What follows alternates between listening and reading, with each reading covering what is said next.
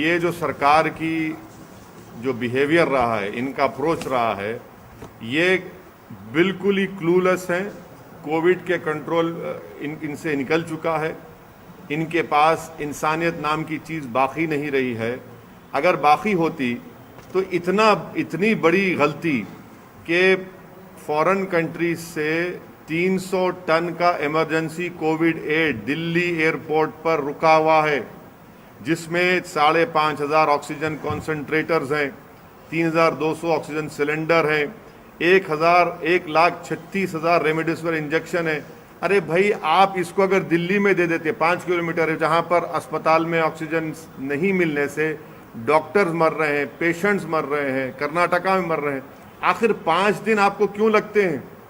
आपको पहले से ही मालूम होना चाहिए था, आपको पहले से प्लान बनाना चाहिए था कि रेस्पेक्टिव स्टेट गवर्नमेंट्स को फौरन डिस्ट्रीब्यूट करते, डिसबर्स करते, मगर नहीं।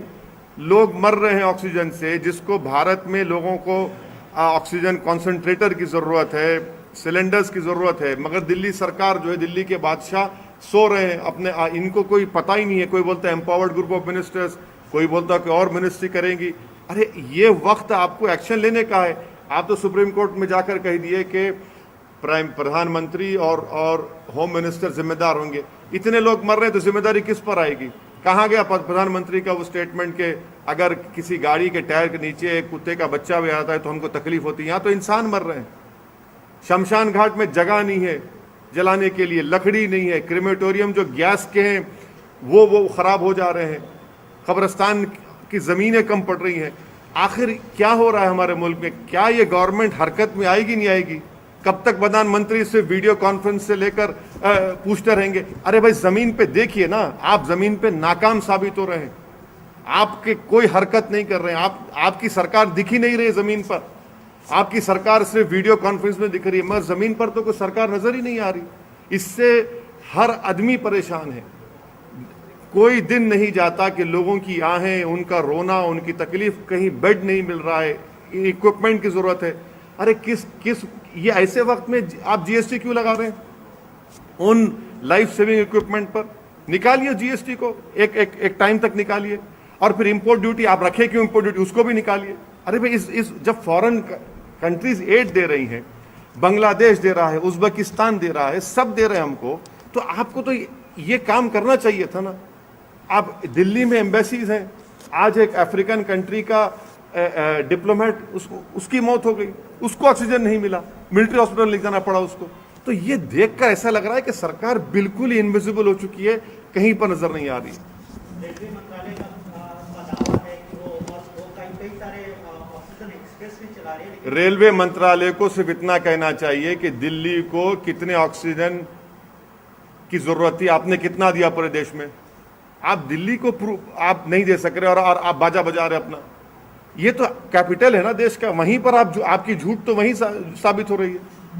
पॉलिटिकल सवाल सर, बंगाल में काफी पोस्ट पोल वॉयलेंस हो रहे हैं, उसको आप कैसे देखते हैं? ये जो नहीं, ये इंसान की जिंदगी, उसकी जान एक फंडामेंटल राइट है भारत के संविधान में। जो कोई सरकार, चाहे केंद्र सरकार हो, कोई भी स्टेट गवर्नमेंट हो, उनकी पहली जिम्मेदारी ये होनी चाहिए कि वो इंसान की जान को बचाएं। और अगर वो जान को नहीं बचाते तो वो अपने फंडामेंटल ड्यूटी में नाकाम साबित हो रही हैं। तो कॉन्स्टिट्यूशन में राइट टू लाइफ एक फंडामेंटल राइट है। जहां कहीं भी जिस देश के जिस किसी कोने में अगर कोई सरकार किसी भारत के नागरिक की या किसी भी इंसान की जान को बचाने में नाकाम है तो हम उसको कंडेम करते हैं। अलग अलग political parties, national political parties, वो they are demanding and they are in fact उनका फेवर कर रही हैं कि लॉकडाउन होना चाहिए, नेशनल लॉकडाउन होना चाहिए। तो बड़ी जोर की नहीं, मैं लॉकडाउन के खिलाफ हूँ। ये हिमाकत करने की बातें हैं। लॉकडाउन से ये होगा कि या तो गरीब भूख से मर जाएगा या कोविड से मर जाएगा। आपको कंट्रोल करना है। कर्फ्यू आप लगा रहे हैं, बहुत अच्छा है, कर्फ्यू चल रहा है, मगर कंप्लीट लॉकडाउन से फिर क्या होगा? उस गरीब के घर में खाना कौन लाएगा? और आप ये तो एक बहुत बड़ी हिमाकत होगी मेरे बारे में, इस बारे में। और मेरी राय, मैं शुरू से लॉकडाउन के खिलाफ रहा हूँ और आज भी लॉकडाउन के मैं खिलाफ हूँ।